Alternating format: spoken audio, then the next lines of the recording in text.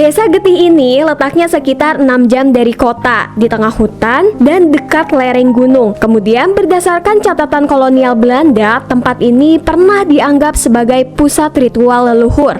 Ritual, Tara? Kamu masih percaya sama mitos-mitos roh jahat begitu? Bima, ini bukan mitos. Arca batu yang ditemukan di laporan itu punya kemiripan dengan simbol pembakaran jiwa dalam budaya Austronesia kuno. Tapi emang loh katanya penduduk sana percaya kalau situs itu tempat roh dikurung, kayak semacam segel spiritual gitu. Aku pernah denger juga ada satu patung yang katanya matanya nyala merah pas malam bulan purnama. Aku sih lebih percaya sama data drone dan gambaran peta daripada cerita cuma dari mulut ke mulut aja yang belum tentu juga kebenarannya. Sudah, kenapa pembahasannya jadi kemana-mana? Daripada kalian ngomongin yang gak penting, mending kalian tentuin kapan kalian akan berangkat. Iya Bu, rencananya kami bakal berangkat besok siang. Mungkin kita bakal sampai di desa Getih itu ya sore lah. Ibu tenang aja ya, semua persiapan sudah 99%. Bagus.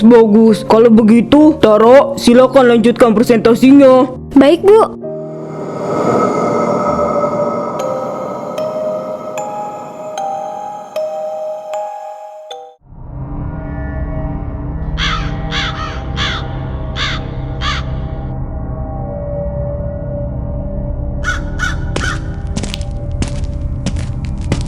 Tempatnya sunyi banget ya, kayak udah lama ditinggalin. Duh, nggak ada sinyal sama sekali nih. HP ku kayaknya lagi ngambek nih. Hehehe. Kalian ngerasa nggak udara di sini beda banget, dingin, padahal masih sore. Hah, gila, apaan tuh? Hah, dasar burung jelek. Itu sebuah peringatan. Bapak siapa? Saya Rano, juru kunci desa ini. Kalian ini datang dari kota?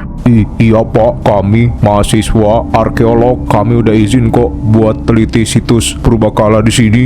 Situs itu bukan untuk dijamah sembarangan. Ada batasnya. Kalau kalian nekat, kalian tidak bakal pulang dalam bentuk utuh. Kita cuma mau ambil data Pak, gak niat ganggu setan-setannya kok. Tenang aja. Kita harus dengerin dia, Bim. Aku ngerasa tempat ini nggak pengen kita dateng deh. Kamu memang peka. Semoga kamu kuat ya. Soalnya malam ini kabutnya akan tebal. Baiklah kalau begitu, sekarang kalian ikut dengan saya. Akan saya antar kalian ke rumah kepala desa.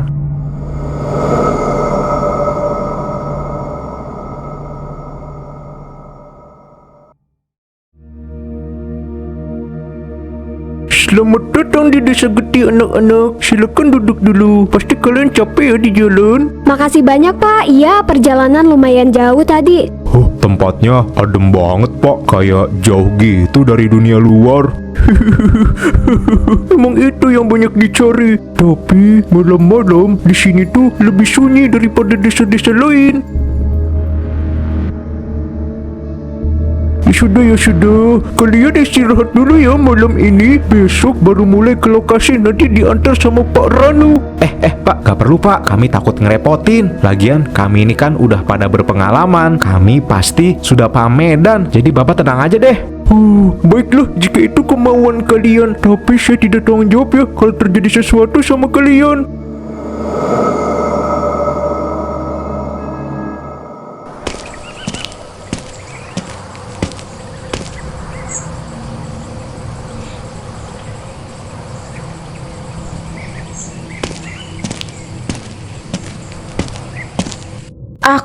Aku ngerasa kayak Arca ini ngeliatin kita, walaupun matanya ketutup. Ini kayak ada uratnya, tapi dari batu. Aneh banget ya.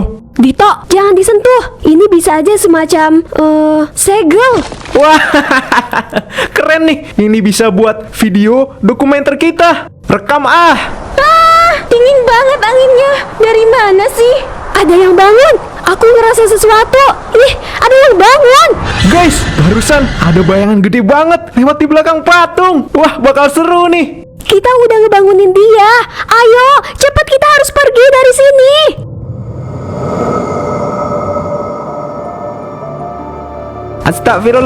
Astagfirullah, jangan ikutin aku cuma lewat sini aja. Tolong, siapapun tolong saya tolong. Jiwa pengganggu terbakar dari dalam. Aku nggak ganggu apa-apa kok. Aku cuma lewat sini aja.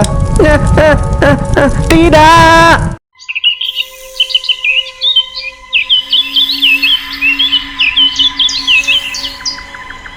Ranu, berdasarkan laporan, ini udah korban kedua. Semalam dia lari ke arah rumpun bambu. Terus pagi-pagi warga nemuin dia di sini dalam keadaan kayak gini. Itu sih berdasarkan saya tebak-tebak aja. Ini kayaknya tubuhnya terbakar dari dalam, tapi tanah di sekitarnya dingin. Nggak ada bara api satupun, nggak ada. Aneh sih. Inilah ulah Banaspati. Dia sudah bangkit. Aku bisa ngerasain panasnya, tapi bukan dari api, melainkan dari dalam bumi. Ada sesuatu yang mau keluar. Dia haus jiwa. Ranu, kita harus segera bertindak sekarang. Baiklah, tapi sebelum itu kita harus urus dulu jenazah ini ya. Kasihan beliau. Tara, Bima, saya minta tolong pada kalian untuk panggil Maati dan tanyakan soal Banaspati padanya. Dia jauh lebih paham.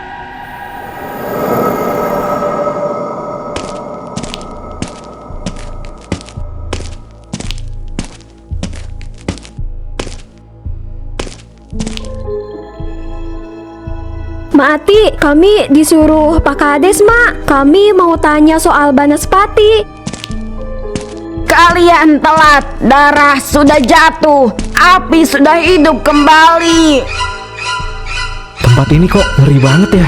Gerbang keempat dulu disegel oleh leluhur kalian, tapi segel lemah. Banaspati hanya butuh jiwa yang cukup. Mak, kok kedengerannya kayak Mak nggak pengen gerbang itu ditutup? Kadang kekacauan justru membuka jalan buat lahirnya kekuatan baru.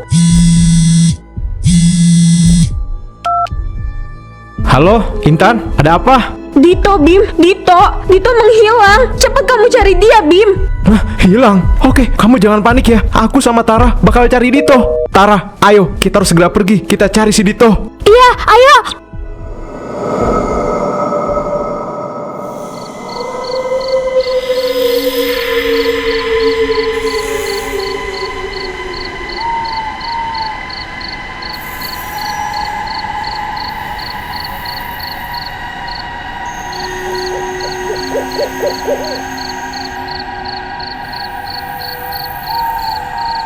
Dito, kamu di mana?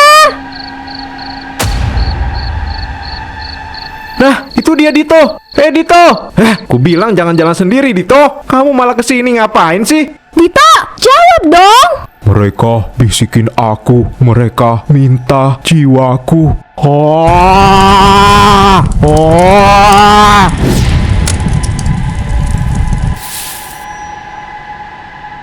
Aku lihat Banaspati. Dia ngambil jiwanya.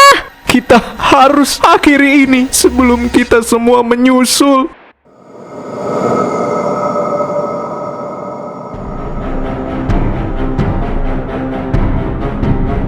Gerbang keempat terbukalah. Aku wadah yang layak. Serahkan seluruh jiwa terkutuk padaku. Ati, berhenti. Kau buka gerbang roh terkutuk hanya demi kekuatanmu sendiri. Sadarlah. Aku sudah tua, Ranu, tapi Banaspati menjanjikan keabadian dan dunia ini layak dibakar.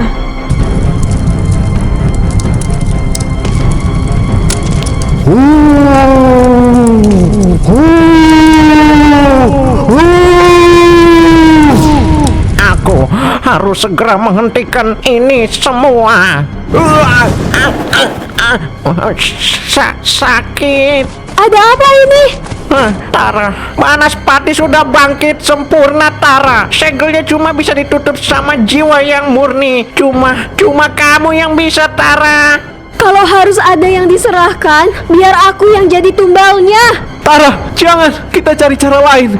Jangan begini. Kadang satu jiwa harus hilang, biar ratusan jiwa selamat.